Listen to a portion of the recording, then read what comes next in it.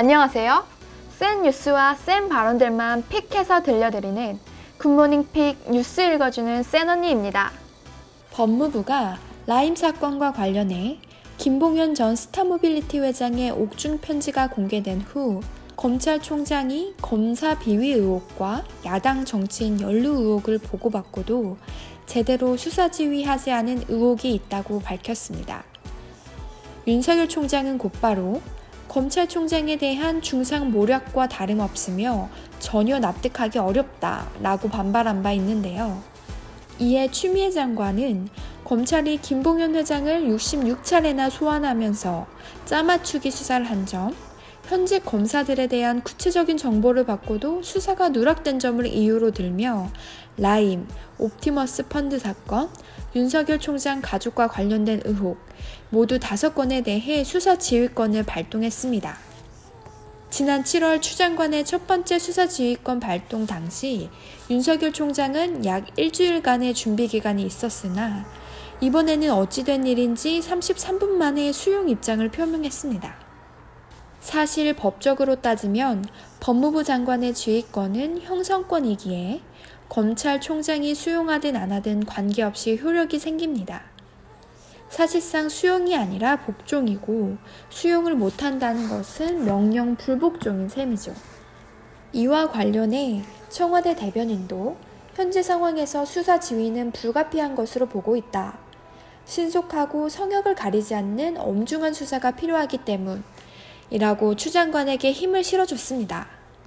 이낙연 더불어민주당 당대표도 검찰권 남용에 대한 민주적 통제 발동이라면서 처음으로 해당 사건에 대한 입장을 밝혔습니다.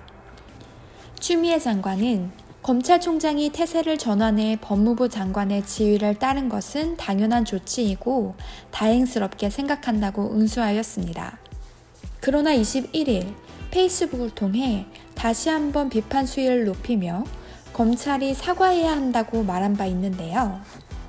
추 장관은 검찰개혁에 단 한 번이라도 진심이었으면 하고 바랐으나 그런 기대와 믿음이 무너져 참으로 실망이 크다면서 여권 정치인들에 대한 피해 사실이 언론을 통해 흘러나온 반면 야권 정치인과 검사들에 대한 향응 제공 진술은 있었으나 지검장은 총장에게 대면 보고에 그쳤고 그 누구도 알지 못하게 했다면서 지휘 감독자인 장관으로서 작금의 사태에 대하여 국민께 참으로 죄송하다라는 말씀을 드린다며 그리고 야당과 언론은 사기꾼의 편지 한 통으로 장관이 검찰총장에 대한 지휘권을 발동했다라고 맹목적인 비난을 하기 전에 국민을 기만한 대검을 먼저 저격해야 한다라고 말했습니다.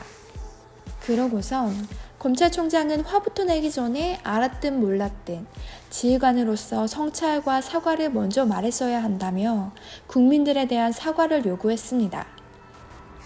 점차 코너에 몰리고 있는 윤석열 총장. 여태까지 드러난 일들로 볼 때 추 장관의 말처럼 겉으로만 검찰개혁을 추진하고 진짜 고질적 병폐인 수사 방식은 아직 그대로 이미 만천하에 드러났습니다. 이에 윤 총장에 대한 인사조치는 불가피한 것이 아니냐는 목소리도 더욱 높아지고 있습니다. 이러한 배경 탓에 하루 앞으로 다가온 대검찰청 국정감사에 귀추가 주목되고 있습니다. 이 자리에서 바로 7년 전 국정원 댓글 수사에 대한 외압을 폭로한 바 있는 윤석열 총장. 내일 국감에서 어떠한 심경을 밝히게 될지 또는 어떠한 충격 발언을 하게 되지는 않을지 모든 이들의 시선이 집중되고 있는 상황입니다. 오늘도 시청해 주셔서 감사합니다.